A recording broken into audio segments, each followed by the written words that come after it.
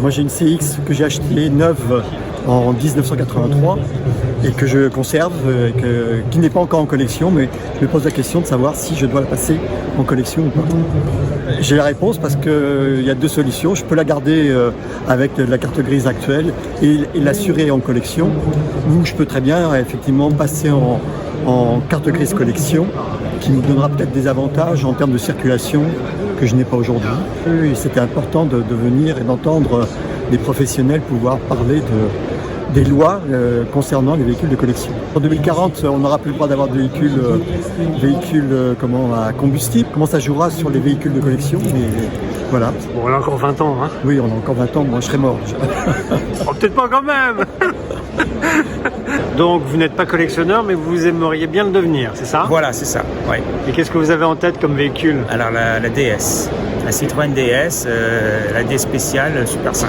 Mon père en avait une et je trouve que c'est un véhicule remarquable, hein, pour la route, pour son ingéniosité au niveau de sa conception, l'hydropneumatique, la direction assistée, les phares qui tournent, enfin bref, c'était très innovant à l'époque.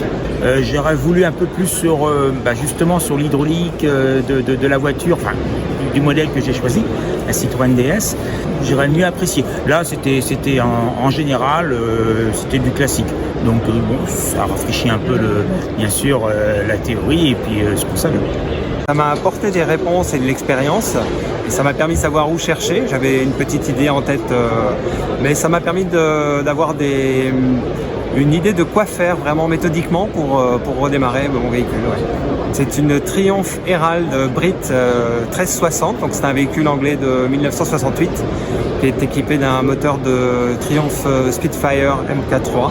C'est un 4 cylindres avec un double carburateur SU. Je ne l'ai pas choisi, mon ami me l'a donné pour me faire plaisir. Et donc c'est un magnifique cadeau. Un beau cadeau, dites-moi. C'est un très beau cadeau. Ah, j'ai pas d'amis comme ça, moi. Hein.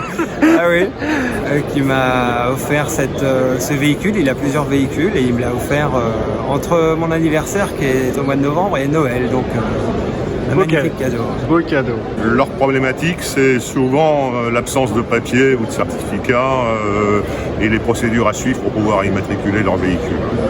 Voilà. Après, on a aussi développé les lois de mobilité, les zones à faible émission, sur lesquelles on a pu préciser certaines choses. Mais la principale question, c'est comment obtenir mon certificat. Je crois que ça a plu à la fois au public et puis à nous également. On était très contents de présenter effectivement ce sujet sur le certificat d'immatriculation en collection.